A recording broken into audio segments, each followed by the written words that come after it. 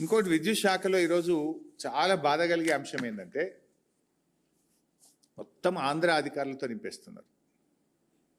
తెలంగాణ ఉద్యమం జరిగిందే, తెలంగాణ నీళ్లు మనకు, తెలంగాణ నిధులు మనకు, తెలంగాణ ఉద్యోగాలు మనకు. కేసీఆర్ గారు కష్టపడి 95% లోకల్ రిజర్వేషన్ ఉద్యోగాల్లో సాధించింది కేసీఆర్ గారు. కానీ ఇలా కాంగ్రెస్ ప్రభుత్వం వచ్చినాక అత్యంత కీలకమైనటువంటి పోస్టులో ఈ విద్యుత్ విభాగంలో మొత్తం ఆంధ్ర అధికారులను నింపుతూ ఉన్నారు.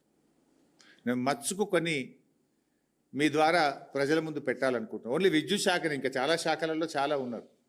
అసలు ఈ ప్రభుత్వం తెలంగాణ ప్రభుత్వం నడుపుతుందా, వెనక నుండి ఆంధ్ర ప్రభుత్వం నడుపుతుందా అని అనుమానాలు కలుగుతూ ఉన్నాయి వీళ్ళ అపాయింట్మెంట్లు చూస్తూ ఉంటే. వరుసబెట్టి ఆంధ్ర ప్రాంతానికి చెందిన వారిని అత్యంత కీలకమైన విభాగాల్లో ఇవాళ విద్యుత్ శాఖలో అపాయింట్ చేసినారు. ఇవాళ జెన్కో డైరెక్టర్, ఎంతోమంది అనుభవం ఉన్న వాళ్ళు తెలంగాణ బిడ్డలు ఉన్నారు. జెన్కోలో ఈ అంటే హైడల్ అండ్ థర్మల్ ప్రాజెక్టుల నిర్మాణము, నిర్వహణ ఎవరికి ఇస్తారు? జనరల్గా తెలంగాణ బిడ్డలు ఎవరన్నా జెన్కోలో పనిచేసే వాళ్ళకు, అంటే ప్రాజెక్టులు కట్టేటప్పుడు కానీ ప్రాజెక్టుల నిర్వహణలో ఉన్నటువంటి అనుభవజ్ఞులైన ఇంజనీర్లను తీసుకోవాలి. వీళ్ళు ఎవరిని తీసుకున్నారు? రాజశేఖర్ రెడ్డి గారని సింగరేణిలో పనిచేసిండు. ఆయన ఎన్నడూ జెన్కోలో పనిచేయలే, కరెంటుకు సంబంధం లేదు. సింగరేణిలో పనిచేసి రిటైర్ అయినటువంటి ఒక ఆంధ్ర ఉద్యోగిని తెచ్చి మన తెలంగాణ జెన్కో ప్రాజెక్ట్ డైరెక్టర్గా అపాయింట్ చేసిండ్రు. అంటే దీని వెనుక ఎవరున్నారు?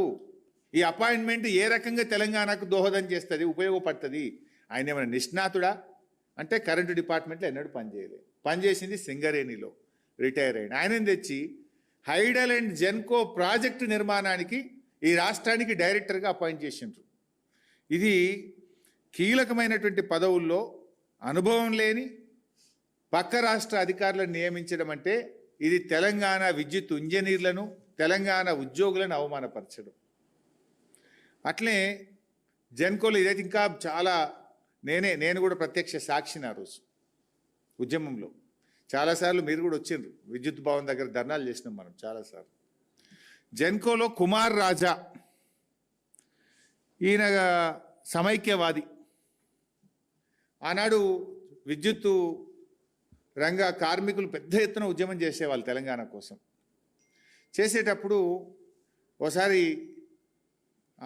విద్యుత్ భవన్ దగ్గర మేము కూడా పోయినాం, ధర్నాలు చేస్తుండే. అప్పుడు ఈయన కుమార్ రాజా ఆనాడు మన ఉద్యోగులను అవమానపరిచేవాడు. ఆనాడు మన ఉద్యోగులను హెకిల్ చేసినాడు. ఏం తెలంగాణ వస్తుందా, నువ్వేం తెలంగాణ అని హెకిల్ చేస్తూ అవమానపరిస్తే గాయపడ్డ తెలంగాణ విద్యుత్ ఉద్యోగుల హృదయం గాయపడి ఆ రోజు ఈయనను తరిమి తరిమి కొట్టింది.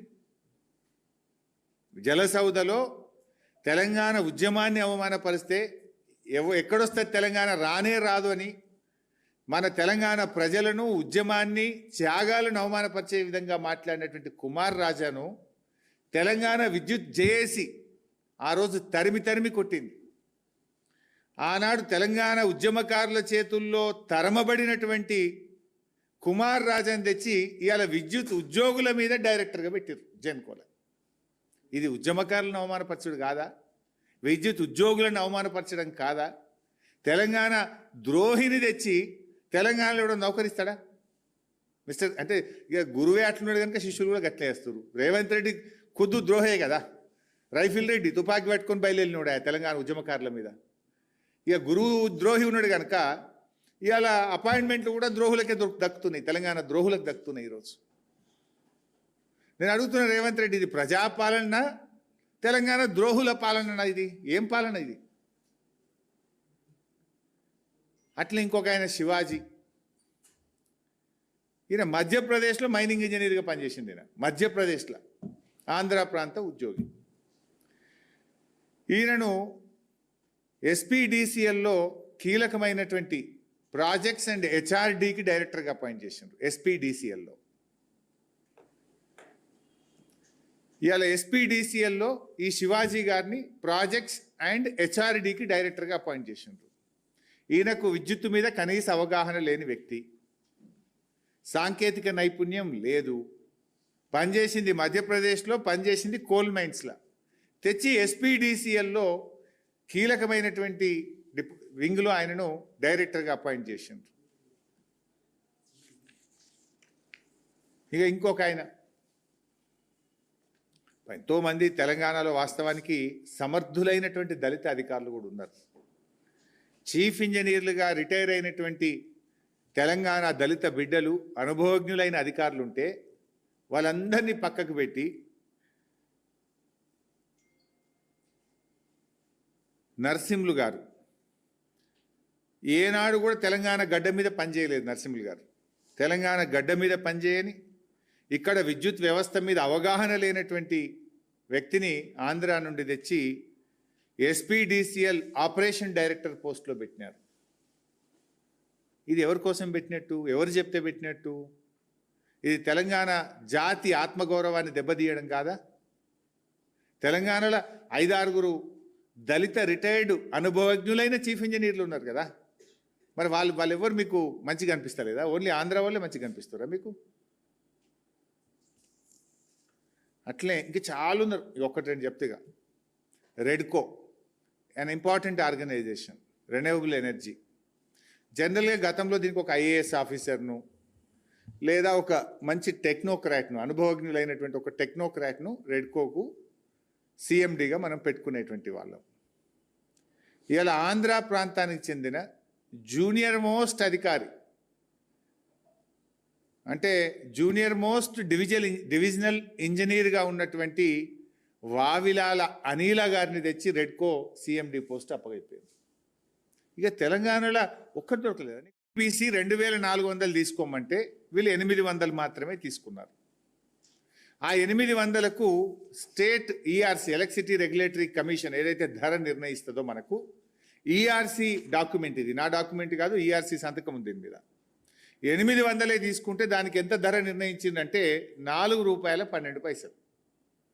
అంటే ఎన్టీపీసీ దగ్గర 800 మెగావాట్లు తీసుకుంటే ₹4.12 కాడికి 800 మెగావాట్లకు ఈఆర్సీ ఆర్డర్ పాస్ చేసింది. ₹4.12కే వస్తుంది కదా ఇక్కడ ఎన్టీపీసీ. వాడు 2400 ఇస్తా అంటే నువ్వు 800 తీసుకుంటా అన్నావు పాప, ఇంకా 1600 వద్దన్నావు. ఇప్పుడేమంటున్నావు? పవర్ ప్లాంట్ పెడతా అంటున్నావు. ఇప్పుడు పెట్టే పవర్ ప్లాంట్లలో రామగుండం 800, పాల్వంచ 800, మక్తల్ 800 అని చెప్పినావు. రామగుండం 800కు జెన్కో డిపిఆర్ తయారు చేసింది. జెన్కో డిపిఆర్లో 10,800 కోట్లు ఖర్చు అవుతుందని డిపిఆర్ను ప్రభుత్వానికి సమర్పించింది. నిజమా అబద్ధమా? సూటిగా సమాధానం చెప్పు. 10,800 కోట్లతో జెన్కో డిపిఆర్ ఇచ్చింది, నిజమా కాదా? 800 మెగావాట్లకు 10,800 కోట్లు అంటే 1 మెగావాట్కు 13,62,00,000 రూపాయలు ఖర్చు అవుతుంది. ఇది స్టార్టింగ్, అయిపోయే వరకు అది 16-17 కోట్లు అవుతుంది. 13,62,00,000 రూపాయలు 1 మెగావాట్కు ఖర్చు అవుతుంది. 1 యూనిట్ విద్యుత్ ఉత్పత్తి చేయడానికి ₹7.70 అవుతుందని చెప్పి లెక్క తేల్చింది జెన్కో. ₹7.70 per unit. మరి 10,880 కోట్లు కాస్త ఏమవుతుంది? పూర్తయ్యే వరకు 15,000 కోట్లు అవుతుంది. ఈ 15,000 కోట్లలో 25% జెన్కో రాష్ట్ర ప్రభుత్వం డబ్బులు పెట్టాలి, 75% అప్పులు తేవాలి. 15,000 కోట్లు ఒక రామగుండంకు, ఇంకో 15,000 పాల్వంచకు, ఇంకో 15,000 మక్తల్కు, 45,000 అవుతుందా? నేనేమంటున్నా, అరే రూపాయి పెట్టుబడి లేదు, రూపాయి అప్పు అవసరం లేదు, మిత్తి మీద పడేది లేదు, వాళ్ళు కట్నీళ్ళు పెట్టిపోయోలే 2,400 మెగావాట్ల కరెంటు మన తెలంగాణలోనే పెట్టి మనకు సప్లై చేస్తామంటే ఎందుకు వద్దన్నావు? అయినా వాళ్ళు చెప్పిన ధర ఎంత? ₹4.12. నువ్వు మీ రాష్ట్ర ప్రభుత్వము జెన్కో రామగుండంలో భూమి ఉన్నది, అన్నీ ఉన్నాక కూడా ఎంతకు తయారైద్ది అన్నాడు ఒక యూనిటు? ₹7.70. అంటే దాదాపు ₹3 ఎక్కువ ఒక యూనిట్కు, ఇంకా ₹3.40 ఎక్కువ. సరే ₹3 అనుకో. 7.70 వర్సెస్ 4.12, 4/12కి ఎన్టీపీసీ ఇచ్చింది, నువ్వు తీసుకున్నావు 800, ఇంకా 1600 నువ్వు వద్దన్నావు. ఆ 1600 వాళ్ళని వద్దని నువ్వు సొంతం పెడతా అంటున్నావు. ఎందుకు? కమిషన్ల కోసం. సొంతం పెడితే ఎంతకు తయారవుతుంది కరెంటు? ₹7.70 తయారవుతుంది. అంటే ఒక యూనిట్ మీద ₹3 అదనంగా విద్యుత్ ఉత్పత్తికి ఖర్చు అవుతుంది మీరు పెడితే.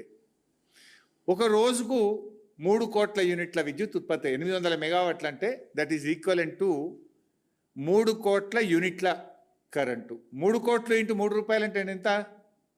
9 కోట్లు. అంటే రోజుకు అదనంగా ఎన్టీపీసీ నుంచి కరెంటు వాళ్ళు ఇస్తమానంగా తీసుకోకుండా నువ్వు రామగుండంలో ప్లాంటు పెట్టి నువ్వు ఉత్పత్తి చేస్తే రోజుకు ₹9 కోట్ల ఈ రాష్ట్ర ప్రజల మీద భారం పడుతుంది. నీ జేబులకి వెళ్ళైతే పెట్టవు కదా, ఆ బిల్లు ఎవరికి వేస్తావు?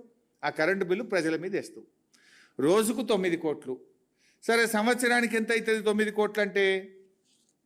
రోజుకు 9 కోట్ల చొప్పున సంవత్సరానికి 3,285 కోట్లు ఖర్చు అవుతుంది. ఏ పవర్ ప్లాంట్ అయినా అగ్రిమెంటు 25 ఏళ్ళు, 25 ఇయర్స్కి ఉంటుంది.